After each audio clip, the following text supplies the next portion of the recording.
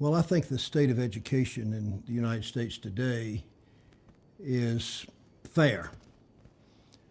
A lot of efforts have been made to improve it significantly. A lot of governors have led those efforts, some have not.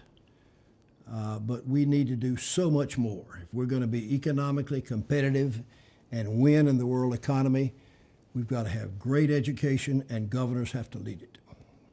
I think it's urgent that we fix America's schools because we want to have economic growth and good jobs and opportunities for our people. I think this is a tougher time to have bipartisanship.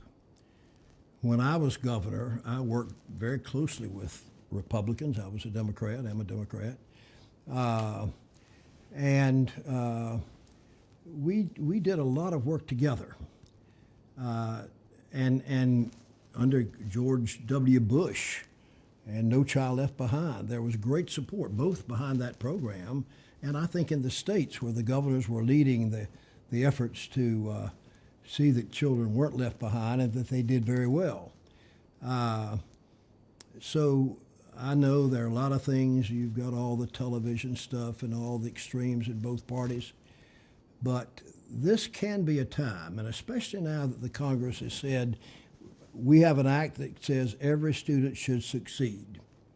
If we're going to do that, if we're going to be successful with that, we have got to work together. And I believe there are ways to do it, but governors have to lead it. We have to have a plan for it.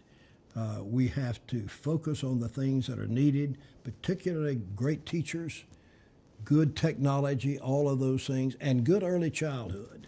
Those are the basic things that we're going to have to do, but we can do them. This is America. These are the 50 states within America and the territories.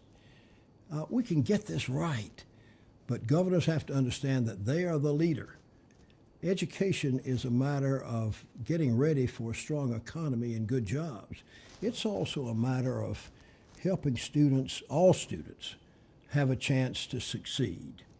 And we've got so many low-income students, students of different backgrounds and races, and we've got to focus on all of them. Our goal should be to help every student succeed.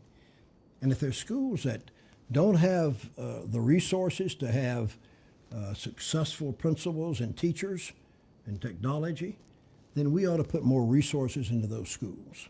It's our responsibility to do it. But it also enables us to be successful within the state, to be able to say, as I always did to CEOs when I was out recruiting new companies to come to North Carolina, provide good jobs, I started off talking about the schools, talking about the high goals we had for them, how we were regularly checking to see if the students were learning more, learning what they ought to, talking about the things we needed to do in early childhood, because that's essential. When we get children in school, we want them to be reading well by the end of the third grade, but you've got to get them ready to come to school. And then in those first 2 or 3 years, you've got to get them ready to learning to read so that later on throughout life they can read to learn all the great things they're going to need to know. So I did it by, first of all, setting the goal that education was going to be our top priority. Second, by suggesting and supporting to and with the education community the things that we needed to do, and listening to the educators.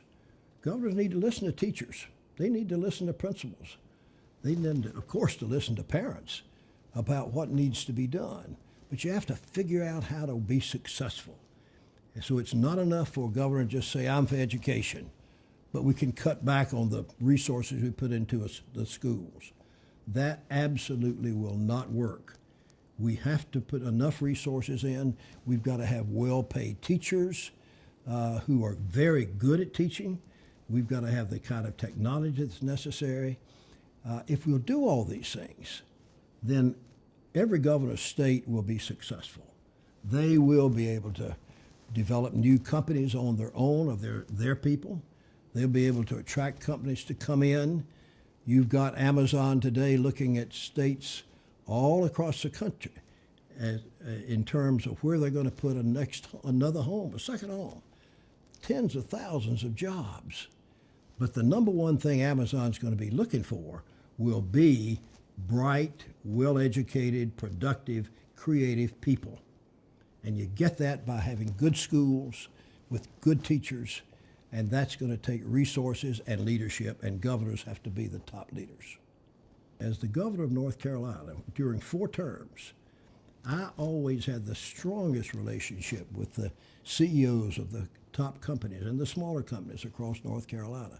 I would frequently have a press conference or leading an event where I was one of the leaders, that my co-leader was a business CEO.